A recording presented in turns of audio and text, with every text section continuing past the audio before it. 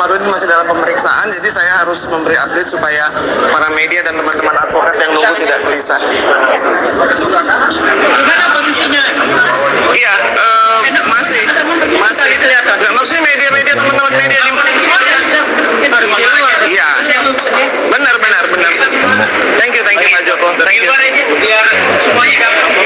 Terima kasih. Iya, kasihan teman-teman media udah pada bubar. Kalau enggak. Iya. Bang Aring.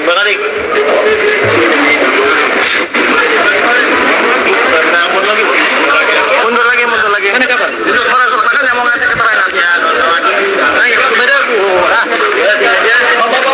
Bang Aring lagi siapa? Bang Aring siapa? Iya. Teman-teman media, saya.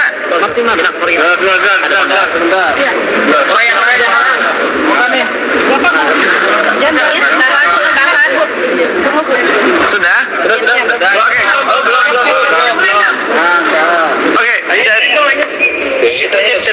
Oke, jadi Kamarudin Simanjuntak tadi masuk didampingi oleh 6 pengacara, ya. Itu ada Martin Simanjuntak, Nelson Simanjuntak, lalu juga Dr. Manutar Tampu Bolon, Paul Taksilitonga, lalu Frederick Marbun, dan sampai saat ini masih belum keluar ya, jadi masih dalam pemeriksaan. Nah, di atas ada istri dari Dirut Taspen, yaitu Ibu Rina Lawi, yang sebetulnya membawa banyak sekali bukti-bukti otentik bahwa yang dikatakan oleh Kamarudin itu bukan hoax.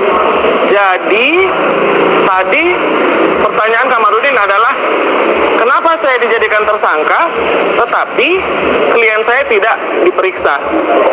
Jadi proses penersangkaan itu kan harusnya terang benderang, bahwa tahu apa yang dikatakan hoax atau tidak, sebab yang diucapkan oleh Kamarudin itu adalah informasi yang didapat dari kliennya, yaitu nyonya dari Dirut Taspen, Ibu Rina Lawi. Jika ada yang keberatan terhadap informasi itu adalah yang memiliki informasi, yaitu nyonya Asasi, Ibu Rina. Sedangkan Ibu Rina tidak keberatan sama sekali. Kenapa? Karena informasinya itu benar. Jadi pada waktu mengadukan itu, Ibu Rina dalam proses hendak diceraikan oleh suaminya, ya kan? Lalu tadi dia menjelaskan apa yang dikatakan bahwa betul ada pengelolaan 300 triliun yang sebagian dipakai oleh dana Pilpres, itu ada rekamannya. Rekamannya itu voice note yang tadi Ibu Rina diminta masuk ke dalam, lalu membawa voice note itu dan sudah didengarkan oleh penyidik. Jadi ada satu hal yang penting, bahwa yang namanya hoax itu adalah mengarang-arang sesuatu yang tidak ada, menyesatkan, memberikan informasi yang menyesatkan. Yang bisa digarisbawahi, informasi yang diberikan oleh Kamarudin Simanjuntak tidak sesat, karena informasi itu berasal dari kliennya, dan kliennya tidak berbohong, karena informasi itu berasal dari suaminya yang mengatakan bahwa ini uang memang harus diterima dulu oleh istrinya, berkoper-koper. Kenapa saya nggak mau, kata istrinya? Harus diterima, harus dimasukin dulu ke dalam rekening, baru dikeluarin, baru bisa menjadi bagian kita. Istrinya tidak mau sama sekali. Dia tidak tahu kalau itu money laundering atau pencucian uang, tapi dia tidak mau menerima sama sekali. Jadi itu sebetulnya inti dari urusan, bahwa yang dikelola 300 triliun itu ada hasilnya ternyata. Hasilnya itulah yang mau dibagikan kepada Nyonya Rina Lawi dan ditolak. Saya hanya ingin membawa kabar baik ya. Di antara begitu banyak kabar buruk yang kita dengarkan setiap hari, bahwa masih ada seorang perempuan, walaupun dia istri, yang menolak menerima uang yang berkoper-koper itu, dan tidak mau menandatangani perjanjian bawah tangan terhadap suaminya sendiri. Saya pikir itu satu dalam sejuta kali, belum tentu. Nah, gara-gara kejujuran dan betul-betul tidak ingin, dan jadi perkara karena akhirnya dituntut, digugat cerai, tidak diberikan lagi tunjangan, bahkan asuransi anaknya ketika sakit pun ditahan dan diputus. Bayangin, anak dari seorang dirut Taspen masuk rumah sakit, istrinya itu nangis-nangis yang tadi cerita, harus minta saweran dari teman-temannya. Kalau saya bilang yang mesti diperiksa tuh namanya Antonius Kosasi. Bukan hanya dia KDRT terhadap istrinya sehingga dia menderita psikis, kekerasan finansial, tidak diberikan uang, ditelantarkan anaknya, lalu dia minta istrinya untuk mencuci uangnya dan istrinya menolak. Ketika Kamarudin membela, itu nggak dibayar sama sekali karena dalam posisi tidak ada uang. Dan sampai hari ini memang masih seperti yang sama, bahwa dia masih berstatus sebagai istrinya. Jadi saya pikir ini adalah satu fenomena yang aneh. Mudah-mudahan kita bisa bicara dengan logika hukum di sini ya. Karena kalau yang bermain adalah logika kekuasaan, maka yang terjadi adalah sangat tidak masuk akal. Ada bukti-bukti awal dari penelantaran anak, ada bukti awal dari pencucian uang, ada bukti awal dari KDRT yang tidak pernah ditindaklanjuti. Tapi hoax itu yang bukan hoax itu ditersangkakan. Pertanyaan kita kan sama. Yang harusnya tersangka itu Antonius Kosasi. Bahwa kejahatannya itu sudah tidak tedeng aling-aling lagi. Polisi tidak perlu menyelidiki. Ada di TikTok, ada di YouTube, bahkan di YouTube yang namanya Bali Natalia. Di situ semua, saya sendiri sampai bingung, ini orang siapa gitu bisa tahu di mana dia menginap, bagaimana dia membayar 300 juta satu hari di hotel yang di Bali itu, bagaimana dia memberikan mobil mewah. Nah, teman-teman media, kalian kan wartawan pandai-pandai ya, bisa mencari informasi sebetulnya bahwa apabila seseorang yang sudah memamerkan kebejatan dan kemesumannya dengan terang-terangan, maka tidak ada lagi nama baik yang dicemarkan. Karena apa? Karena yang memiliki nama tidak peduli bahwa dia punya istri, bahwa dia punya anak, bahwa dia adalah dirut Taspen yang mengelola 300 triliun uang dari seluruh rakyat Indonesia. Dia sendiri terhadap keluarganya keji. Istrinya pun ditersangkakan. Supaya kalian tahu ya, siapa yang mengadukan? Ani-aninya atau perempuan yang ada viral yang pada waktu itu ramai di sosial media. Seorang bekas pramugari, Teresia Mela Yunita, mengadukan istri sah atas perbuatan tidak menyenangkan. Jadi itu sesuatu yang kebolak-kebalik gitu. Siapa yang korban? Kalau saya melihat korban di sini adalah Nyonya Dirut Taspen, Ibu Rina Lawi dan anaknya. Sudah jelas, sudah 2 tahun diterlantarkan, di abuse secara finansial, secara psikis, dan secara emosional. Lalu korbannya kedua adalah Kamarudin Simanjuntak sebagai lawyer atau penasehat hukum atau advokat yang iba dia melihat ini ibu yang menangis karena anaknya tidak bisa bayar uang sekolah. Lalu anaknya masuk rumah sakit, tidak bisa bayar rumah sakit, harus minta-minta saweran. Jadi rasa iba dan keluhuran budi ini dibuat menjadi sesuatu yang dicari-cari. Kalau kita cari kesalahannya apa, kita semua juga bisa masuk penjara, bisa jadi tersangka dong. Salah omong sedikit padahal omongan itu adalah omongan yang ada fakta, ada bukti dan didapatkan dari sumber pertama. Advokat yang mendengarkan informasi dari kliennya. Lalu ketika ditanya, pada saat menangani Joshua, kasus Sambo, masih sempat nggak nangani kasus lain? Oh masih. Ini kasus dari salah satunya adalah istri Dirut Taspen. Dia mengatakan yang diterlantarkan, yang di KDRT, yang anaknya tidak dibayar uang sekolahnya, yang dia kawin dengan perempuan yang lain dengan agama yang bermacam-macam, sementara dia kawin dengan istri yang resmi ini secara Kristen, tapi dia bisa nikah siri kesana kesini. Nah itu kan menjadi pertanyaan, bagaimana orang seperti Antonius Kosasi bisa menjadi Dirut Taspen, dan bagaimana para atasannya termasuk Menteri BUMN, lalu juga pengacara yang mengatakan bahwa dia kinerjanya baik. Dari mana kebaikan seorang pemimpin, pejabat publik, ketika dia berbuat begitu kejam kepada anak istrinya. Jadi itu bukan hanya urusan rumah tangga, jadi urusan negara, karena dia urus uang negara. Dan uang negara itu yang menghasilkan profit berkoper-koper yang tidak mau diterima oleh istrinya. Ada korupsi di situ, ada manipulasi dan ada money laundering. Apakah KPK harus turun tangan? Harusnya. Tapi kalau di BPK itu wajar tanpa syarat, ya kan? Kenapa? Kan kita juga tahu BTS juga wajar tanpa syarat. Rugi 8,3 triliun, katanya beres. Sudah diadukan ke KPK? Nggak bergerak juga. Tidak. Beserta bukti-bukti.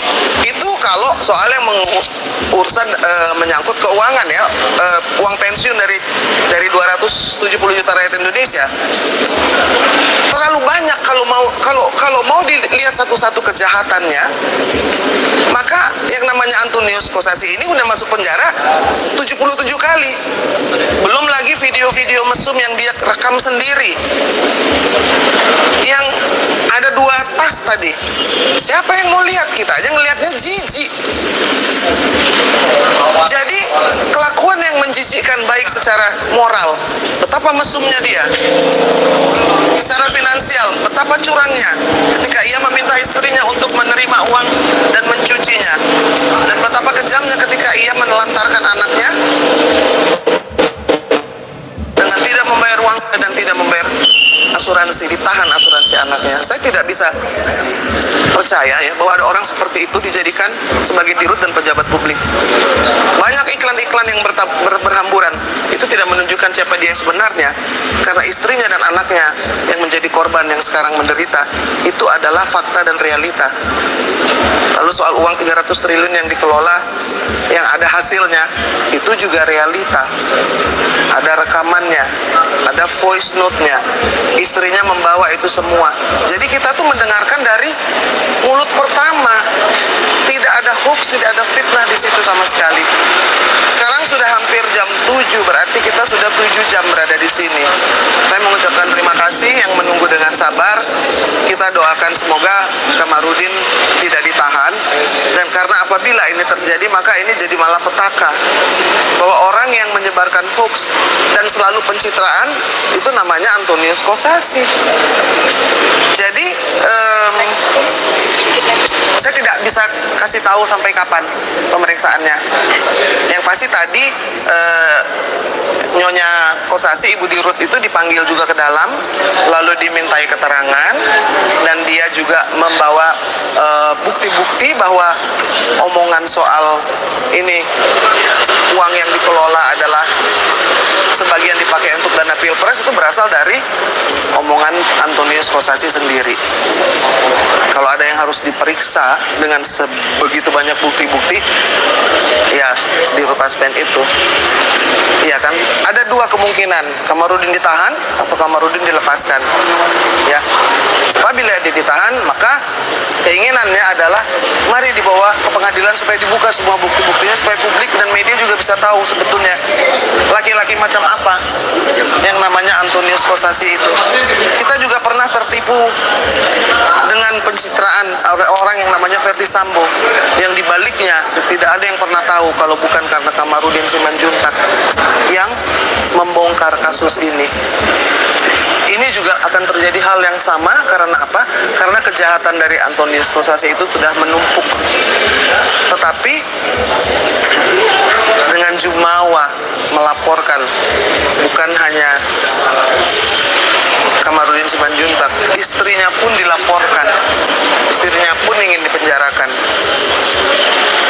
Dia datang melaporkan istrinya beserta perempuan lain itu.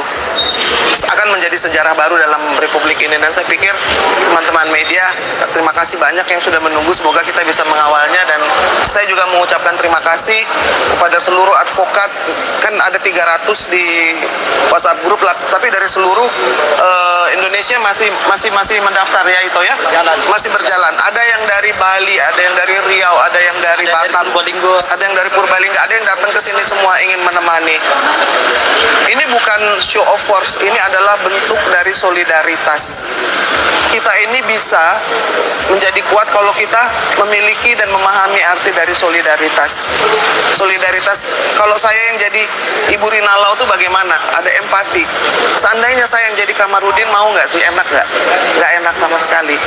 Jadi saya pikir keterangannya sekian saja, karena saya harus menyatakan sesuatu supaya tidak menunggu-nunggu dan bertanya-tanya. Pemeriksaan masih berlangsung, dan saya di atas masih ada Nyonya Kamarudin, ya, Ibu Juan, lalu ada Nyonya Antonius Kosasi, Ibu Rina Lawi, dan ada Inang juga, saya Irma Huta Barat, yang diminta untuk menjadi juru bicara untuk media agar supaya tidak simpang siur beritanya.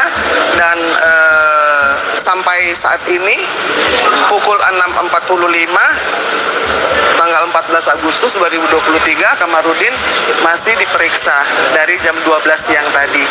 Jadi sudah hampir 7 jam. Ya. Mau tanya masalah dana pilpres ada 300 triliun itu kemana? Mungkin ada arahan atau Jadi gini, dana pensiun yang dikelola itu jumlahnya 300 triliun. Ya. Kan itu diinvestasi. Apakah ke bisnis yang terang atau ke bisnis yang gelap? Itu ada cuannya yang di koper-koper itu. Hasil itulah yang dibagi-bagi oleh Antonius Kosasi. Salah satu yang mau dibagi adalah untuk dia, katanya untuk istrinya dan untuk anaknya. Menjadi masalah ketika istrinya nggak mau terima. Ini 2 tahun yang lalu. Kan tadi Ibu Rina Lawi bilang dia tidak mau terima. Ada rekamannya, ada percakapan yang menyatakan bahwa lu goblok, lu nggak mau terima. Itu ada, dan itu tadi didengarkan di dalam ketika Ibu Rina dipanggil. Jadi bukan 300 triliunnya yang dipakai untuk dana pilpres, ngerti nggak? 300 triliun itu kan bisa diinvest kiri kanan sana sini. Apakah itu legal, apakah itu tidak legal? Tapi kan yang mengelola namanya satu, Antonius Kosasi. Dia bilang ini sebagian untuk dana pilpres. Yang ngomong siapa? Antonius. Gitu. Paham ya? Jadi nggak ada hoax di sini karena dia ngomongnya kepada istrinya, yang kemudian dia gugat cerai karena istrinya nggak mau nyimpen uang itu. Dia harus kawin sama perempuan lain dong yang mau nyimpen, dan itu yang terjadi walaupun belum diceraikan istrinya ini. Jadi dia poligami. Ada pertanyaan lagi? Kira-kira pasal yang disangkakan setelah proses ini Kan pemeriksaan tadi ada hoax undang-undang ITE. ITE. Nanti Selain itu pengembangan yang penyidik harusnya sih pencucian uang, penelantaran anak. Sorry, harusnya kan pencucian uang, penelantaran anak, kekerasan dalam rumah tangga, lalu juga aduan palsu. Itu kalau ada perkembangan itu harus ke arah yang sebelah sana. Kalau ke Kamarudinnya yang dikenakan adalah pasal undang-undang ITE. Silakan. Ya, baik, terima kasih. Nama dulu. Menambahkan ya dari Inang, saya Gading Simanjuntak, salah satu tim kuasa yang saat ini ikut bergabung secara sukarela. Iya. Ya, kami adalah para advokat dari beberapa organisasi advokat secara sukarela. Saya nama Gading Simanjuntak. Ya, perlu dua hal yang perlu kita garis bawahi, bahwa dalam permasalahan ini atau statusnya Bapak Kamarudin Simanjuntak atau rekan sejawat kami, bahwa pertama pada tanggal 26 Oktober 2021 yang lalu beliau menerima surat kuasa. Itu kita catat dulu, bahwa menerima surat kuasa, Kamarudin Simanjuntak menerima surat kuasa dari Ibu Rina Lawi Kosasi, yang dimana hubungan hukum antara Ibu Rina Lawi Kosasi adalah istri daripada Bapak Dirut Taspen. dan mereka menikah pada tanggal 9 April 2013, memiliki anak pada tahun 2015. Nah, tentu proses perjalanan ini ketika pada 26 Oktober 2021 Kamarudin menerima surat kuasa dari Ibu Rina. Nah, setelah menerima surat kuasa, tentu apa tindakan sebagai kuasa hukum atau sebagai advokat yang dimana Kamarudin Simanjuntak telah menyurati. Nah, kita harus ingat telah menyurati ya pada tanggal 14 kalau nggak salah dia 14 Juni 2022, lalu tanggal 24 menyampaikan informasi. Karena apa? Karena apa yang disampaikan disurati baik kepada Presiden Republik Indonesia maupun Menteri BUMN. Menteri BUMN ya? Ya, Menteri Keuangan dan semua jajaran kementerian DPR. Termasuk DPR ya, itu disampaikan. Nah, lalu itu Kamarudin dilaporkan pada tanggal 5 September 2022. Nah, ini yang menjadi cikal bakalnya. Jadi kita harus tahu bahwa sebagai advokat dilindungi oleh undang-undang yang dimana Undang-Undang Nomor 18 Tahun 2003 Pasal 16 sangat tegas ya bahwa seorang advokat tidak dapat dituntut secara perdata maupun pidana Ketika sedang menjalankan tugasnya, profesinya. Nah, disinilah kami hadir ya. Kami rekan-rekan advokat ya. Makanya kami menyebutkan hari ini adalah Sep Kamarudin Simanjuntak Sep Advokat. Jadi kita dua. Kamarudin yang ada hubungannya dengan kliennya, Kamarudin sebagai profesi advokat. Nah, apabila ini tidak ya, tadi ada saya kutip dari Bu Inang Irma menyebutkan kalau sampai Kamarudin ditahan, ini adalah presiden buruk. Kalau Kamarudin tidak ditahan, berarti Polri objektif. Dan kita yakin bahwa Polri pasti objektif. Ya, kita berharap semuanya, mari kita mendukung dan kami, ya, sebagai solidaritas daripada advokat, terdiri dari beberapa organisasi advokat yang ada. Tadi hampir yang sekitar mendaftar 300-an, ya. Itu ada surat kuasanya dan ini masih ada dari yang lain. Ya, jadi Masih mengalir dukungan. mengalir. Harapan kita, ya, hukum harus benar-benar ditegakkan. Ya, kita harus menghindari semua permasalahannya. Mungkin itu yang perlu kami sampaikan saat ini. Ya, Tetap melakukan penahanan apa yang tentu apabila ini terjadi penahanannya, tadi saya sampaikan presiden buruk. Langkah kami tentu ada diatur dalam kitab hukum acara pidana, ya. Jadi ini kita akan lakukan tentu nanti setelah koordinasi dengan tim yang dimana di atas saat ini